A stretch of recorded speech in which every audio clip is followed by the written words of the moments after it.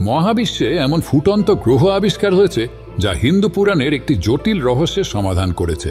আর এই রহস্য সমাধান করতে সাহায্য করেছে আমেরিকার মহাকাশ গবেষণা কেন্দ্রের বিখ্যাত টেলিস্কোপ জেমস ওয়েব টেলিস্কোপ।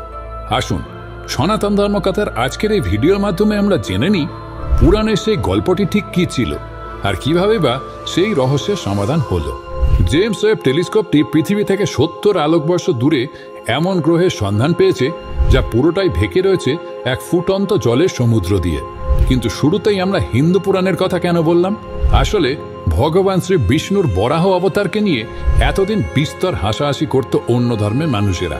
কারণ পুরাণ মতে অসুর হিরণ্যক্ষ যখন মহাবিশ্বের কোনো এক গভীর সমুদ্রে গোটা পৃথিবীকে ডুবিয়ে দিয়েছিল, তখন শ্রী বিষ্ণুর বরাহ অবতারই পৃথিবীকে নিজের হাতে রক্ষা করেছিলেন। কিন্তু এতদিন সবাই বলতো মহাবিশ্বের সমুদ্র এও আবার হয় নাকি? পৃথিবী ছাড়া কোথাও জলের অস্তিত্বই খুঁজে পাওয়া যায়নি আজ অবধি। তাহলে পুরাণে বলা সবটাই গাঁজাখড়ি গল্প।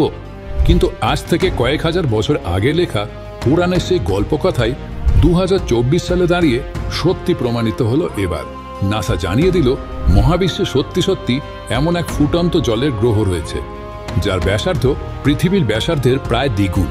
হিরণ্যক্ষ এবং হিরণ্যকশিপু অসুর সাম্রাজ্যের এই দুই ভাই ছিলেন ভগবান ব্রহ্মার চরম ভক্ত।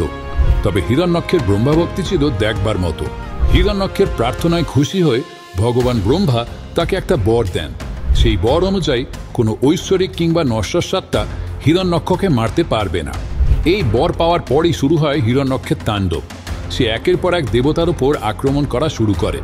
এমনকি ইন্দ্রদেবের রাজপ্রাসাদেও আঘাত হানে হিরণ্যক্ষ।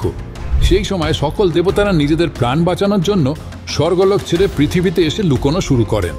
হিরণ্যক্ষর কানে সেই খবর পৌঁছতেই সে গোটা পৃথিবীকে লুকিয়ে রেখে আসে মহাবিশ্বে ভেসে থাকা কোনো এক অতল সমুদ্রে, যাতে পৃথিবীতে লুকিয়ে থাকা সমস্ত দেবতা এবং সাধারণ মানুষেরা ওখানেই আটকা পড়ে যান। এদিকে পৃথিবী নিজের প্রবল ভারে ক্রমশ সেই অতল সমুদ্রে ডুবতে শুরু করে। পৃথিবীর এহেন দুরবস্থার জন্য খবর পৌঁছায় বিশ্রামরত শ্রী বিষ্ণুর কাছে। আর তারপরে জন্ম নেয় শ্রী বিষ্ণুর তৃতীয় অবতার, অর্ধেক মানুষ এবং অর্ধেক বরাহের মতো দেখতে সেই অবতারই হিন্দু পুরাণ মতে বরাহ অবতার রূপে প্রসিদ্ধ। তারপর শ্রী বিষ্ণুর এই বরাহ অবতারের সঙ্গে প্রবল যুদ্ধ হয় হিরণ্যক্ষের। বলা হয় এই যুদ্ধ নাকি প্রায় 1000 বছর ধরে চলেছিল, কিন্তু সেই যুদ্ধ হয়েছিল প্যারালাল ইউনিভার্সে। ফলে ওখানে 1000 বছর সময় পেরোলেও আমাদের ইউনিভার্সে খুব কম সময় পেরিয়েছিল। তাই যুদ্ধ শেষে হিরণ্যক্ষকে বধ করার পর মহাবিশ্বের সেই অতল সমুদ্র থেকে ডুবন্ত পৃথিবীকে ভাসিয়ে তুলেছিলেন শ্রী বিষ্ণুর বরাহ অবতার। কিন্তু এতদিন অবধি বরাহ অবতারের এই কাহিনী নিয়ে খুবই হাসাহাসি এবং ঠাট্টা তামাশা করত অনেকে। কারণ আজ তো একটা পৃথিবীকে ডুবিয়ে দিতে পারে এমন কোনো সমুদ্রের অস্তিত্বই খুঁজে পায়নি আধুনিক বিজ্ঞান। ফলে বরাহ অবতারের এই গল্পটাকে অনেকেই মন গড়া বলে উড়িয়ে দিত। কিন্তু এই বছরই মার্চ মাসে নাসার জেমস ওয়েব টেলিস্কোপে ধরা পড়েছে সেই সামুদ্রিক গ্রহের অস্তিত্ব। ওই গ্রহ বা এক্সপোনেন্টটির নাম দেওয়া হয়েছে POI 270d, যেখানে রয়েছে হাইড্রোজেন সমৃদ্ধ বায়ুমণ্ডল। আর সব থেকে চিত্তাকর্ষক বিষয় হলো এই গ্রহটি জুড়ে বিস্তৃত রয়েছে এক গভীর সমুদ্র।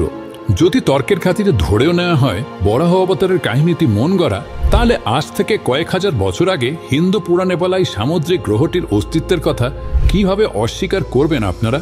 সে সময় না ছিল কোনো কোটি টাকা দামের টেলিস্কোপ, না ছিল আধুনিক এসব যন্ত্রপাতি।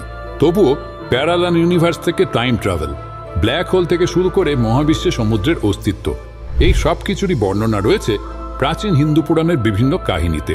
সময় যত পেরোচ্ছে, বিজ্ঞান যত এগোচ্ছে, ততই সেই তথ্যগুলো এক এক করে সত্যি প্রমাণিত হচ্ছে।